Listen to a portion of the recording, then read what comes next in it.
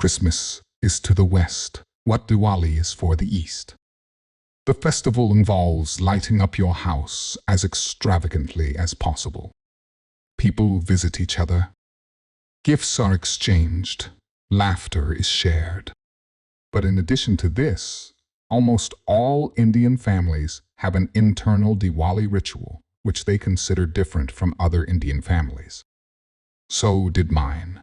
During my childhood days, on the night of Diwali, my parents would give me a box of sweets and instruct me to deliver it to the household with the best lighting in the tower. I would often spend hours visiting and revisiting my options until finally ringing the doorbell. As years added up, so did the radius of my aesthetic gaze. From my society complex to the neighboring ones, then to the entire city. The people who answered the door always behaved in a similar manner. They'd get surprised, even amused. Invite me in, ask me about school, serve me snacks. I'd sit there, pretend to notice the interior of their house, the POP, the lamps, the chandelier, the dog. Then finish up whatever would be served to me and leave, making a point to never visit the house again, regardless of their lighting the following years. As a result of this exercise, by now I have visited many enthusiastic families of Gurgaon, each of whose innovation with lighting and theme setting could put even the likes of Baz Luhrmann to shame. This story is about one such house, which I visited in 2012, the owner of which happened to be a witch. Like every year, my parents gave me a box of sweets and asked me to give it to the owner of the house with the best lighting. I kept the box inside the seat of my bike and zoomed away. Back then, I was obsessed with which major I was going to take in college. The form where I was supposed to tick my choice rested in my drawer at the very moment. This was the first form for our stream choice, and only involved the student ticking one out of the 4 broad categories: computer science, biology, economics, and arts. The submission date was due right after our Diwali holidays, and I had no clue what I was gonna pick. That's what went through my mind as I zipped past the Gold Souk Road, looking at the lighting of the apartments there. Some of them looked rather nice. For instance, there was this 7th-floor house in emerald greens. Their lighting looked like pink raindrops frozen in space. It was so damn poetic, the visual. But I had really high standards, so I ignored it. I made a right from the VK stretch onto the golf course road. But all thanks to my 15-year-old bladder, I couldn't carry on for long. I parked my bike next to a barren grassland near the golf course and relieved myself under the starry night. And it was while pissing inside the gutter that I saw the most beautiful house I had ever seen. From between the leaves of the trees, a row of which paved way to its front lawn, stood the beautiful mansion of RD City. I won't describe it, words fail me. Just imagine the best house you ever saw and multiply the impact it had on you by 3 times. I felt like a butterfly in a garden full of 99 roses out of 100 flowers. Of course, I was hooked to the daffodil. After closing the zipper of my jeans, I poured some water on my hands from the bottle inside my Scooty trunk, fetched the Om Sweets box adjacent to it, then jumped across the gutter and headed towards the winter of 2012. The branches of the trees damn near slashed my cheeks, but I kept walking with my right arm shielding my face. After around 10 minutes and 4 cuts, with sandals full of grass, I stood outside the garden of the 6-storied phenomenon. I had to walk around the circumference for about 5 minutes before I reached the main gate. 2 guards sat adjacent to each other on green trampoline chairs, which looked like miniature trees. One of them was dozing off, while the other was watching a YouTube video. I cleared my throat. The one who was dozing off opened his eyes. "So I do this thing every Diwali," I began, trying to appear embarrassed, to convey to the guard that I came from a civilized family where I kind of gift a box of sweets to the family with the best lighting and stuff. It's a tradition, basically. Know what I mean? I said, moving my hands in a know what I mean kind of a way. He didn't say anything. I wanted to give this box to the owner of this house. Would it be possible for you to repeat what you just said while looking inside that camera over there? He said, pointing 60 degrees to his left. Yeah, hi, my name. Not now. Just wait. The guard went inside the guard room. The way he said just wait was kind of rude.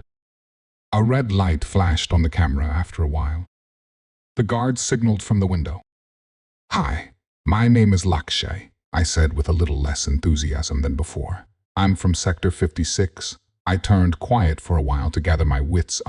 So we have this family tradition basically where I deliver a box of sweets on my family's behalf to the house, the lighting of which I like the most.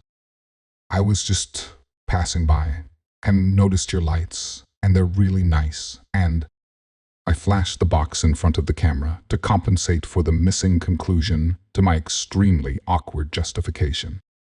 A minute or two later, the guard's phone rang and he picked it up. After he came out, he pressed a button and the gates opened. You can go inside, sir. Happy Diwali. Thanks, but may I know the name of the owner of this house? I said the address plate is blank. The guard looked at me and smiled. It was a very kind smile. So kind, I felt like patting his head when he did that.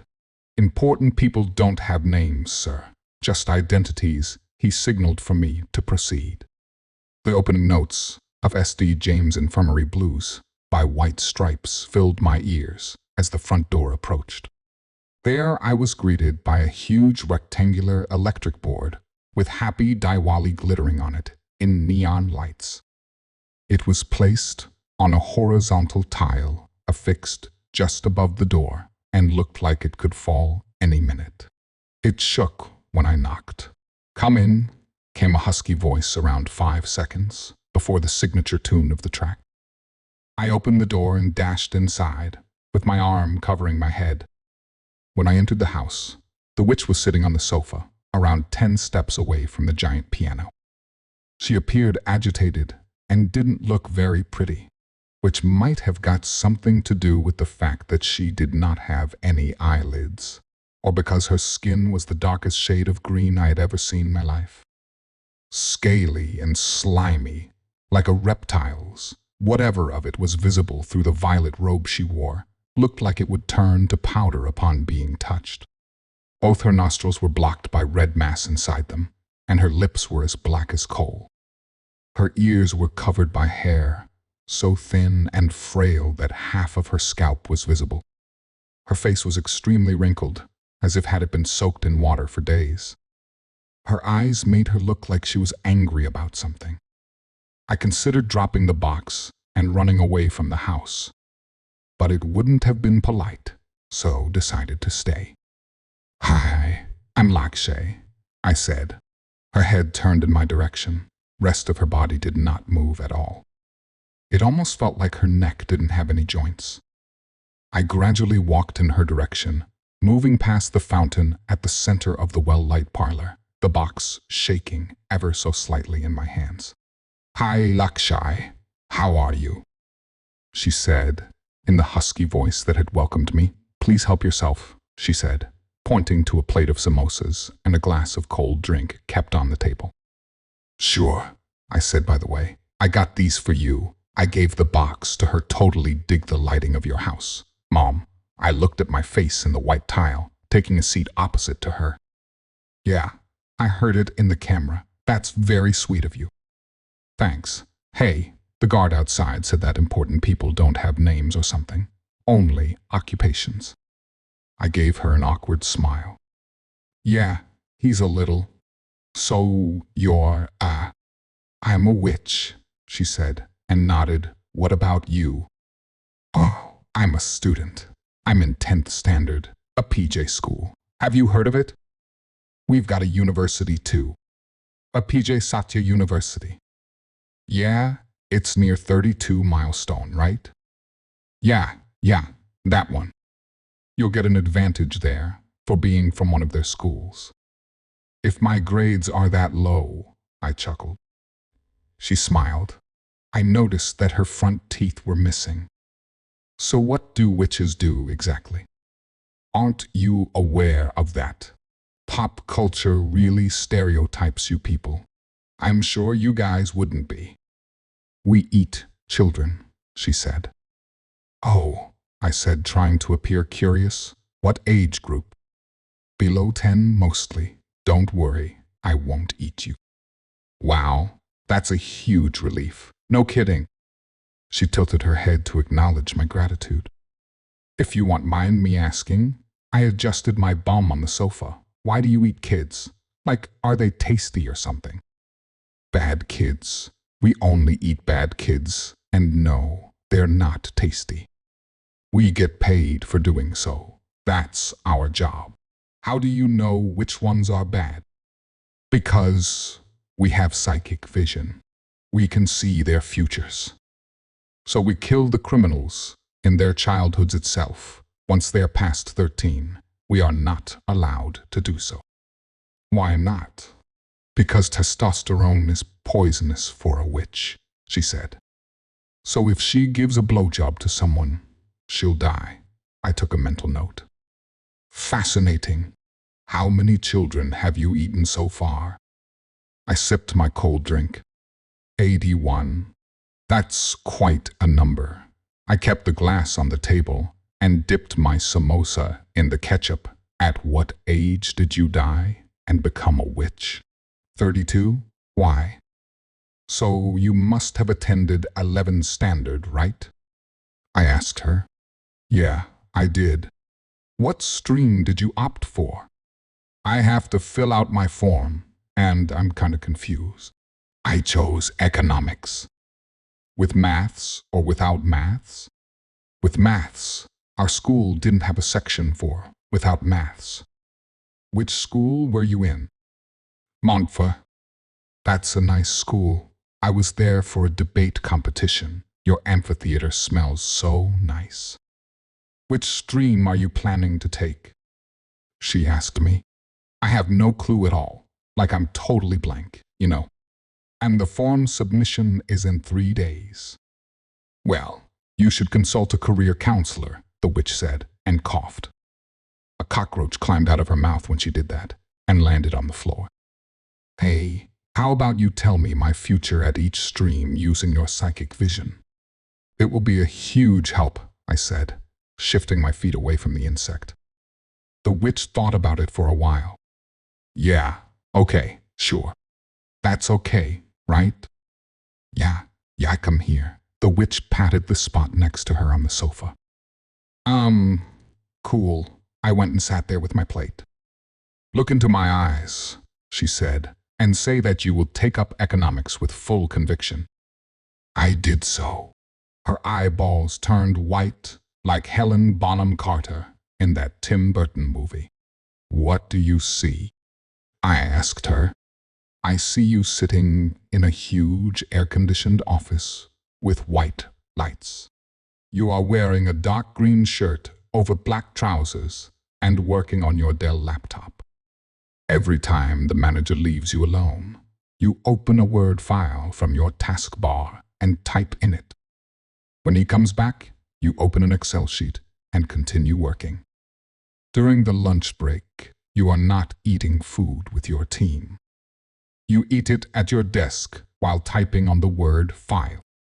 Her eyeballs became black again. Thanks, I frowned, not entirely sure what to make of it. Let's see what happens when I take computer science. You're not exhausted or anything, right? No, it's fine, she said. I'll take up computer science, I declared with absolute surety. Her eyes turned white again. What do you see now? I see you sitting in a huge air-conditioned office with yellow lights. You are wearing a light blue shirt and dark blue trousers and working on your HP laptop. Every time your senior leaves you alone, You open a Word file from your taskbar and type on it. When he comes back, you open JavaScript and close the Word file. During the lunch break, you don't eat food with your team. You eat it at your desk while typing on the Word file. Her eyeballs turned black. Okay. I scratched my head. Let's see what happens if I take biology. I pleaded, if it isn't too much trouble. All right. I think I can do it for you one last time. I'm going to take biology, I declared. It took her longer than the previous 2 times, but I had my prophecy declared eventually. I see you sitting in a huge air-conditioned hospital. It's daytime. You are wearing a white lab coat over white cotton pants and a blue satin mask over your face. You're testing samples in the lab and writing down your observations on a piece of paper. Every time the MED leaves you alone, you take out a notepad from your pocket and write on it. But the moment he comes back, you put it inside. During the lunch break, you don't have lunch with your team, you have it. Alone while writing on my notepad, I finished the sentence, well, I guess I'm supposed to be a writer then, isn't it? It does seem like you will develop interest in that field, the witch nodded. Have you ever written anything before? She asked me. A little, but it got rejected by the editorial board of our school magazine, I told her. What did they say? They said my writing lacks a motive. Do you want me to see your future if you take arts in college? I don't know, I declared a little nervously. If you don't want me to see it, I won't see it. No, please see it and tell me. It will be a huge help. I'm so sorry that I'm causing you so much inconvenience, though. My God, this is so embarrassing. It's not an issue, kid. I completely understand. We were all in 10th standard once she pressed her lips together. Are you ready? Yes, please. Go ahead. I'll take up arts. I crossed my fingers and whispered. Her eyeballs turned white. I see you walking inside a very small room. You have a beard and your hair seem unwashed. It's around 11 a.m. in the morning. There is a bong on your table next to empty glass bottles. Aren't there any notepads or laptops lying around? Nope, only empty bottles. Hey, wait. Yeah, there is an injection too, on your bedside. Damn, I gaped. The witch's eyes turned black again. I'm so sorry. Full-time writing won't be a good option for you, it seemed. Well, who says only those who study literature can become writers? I said, and finished my samosa. Thanks a lot, Mom. I know what I'm going to put in that form. Now I dusted the crumbs from my shorts. You're most welcome, my child. She caressed my cheek and kept her hand on my head as a blessing. We chatted for another 15 to 20 minutes after that. Mostly about random stuff, nothing worth mentioning about here. But one thing was for sure. I left the mansion as a much more sordid guy than the one who had walked in. Going, sir?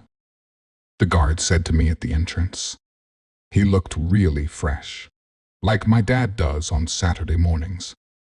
The other one was still glued to his phone, like my dad during rest of the weekend. Yeah, I'll rush, I said as I passed him by. Then turned around to have a last look at the mansion. Ironical, isn't it? I shook my head. What, sir? The fact that such a beautiful house is owned by a witch. The world is full of ironies, sir. I reached home by 9 p.m. My parents had gone to a Diwali party, so I had the house to myself. After taking a couple of sips from my father's Johnny Walker, I added some water to it and kept it back inside the bar. As the sound of firecrackers became louder outside, I fetched the form from my study table drawer and switched on the table light. In front of my eyes were the following columns. 1. Computer science. 2. Economics. 3. Biology. 4. Arts. It's the most important call of your entire life, students. Choose wisely. Our HOD's voice echoed inside my head as I covered the fourth option with my left hand and began going through the others with my right pointing finger. Eeny, meeny, miny, mo. The end.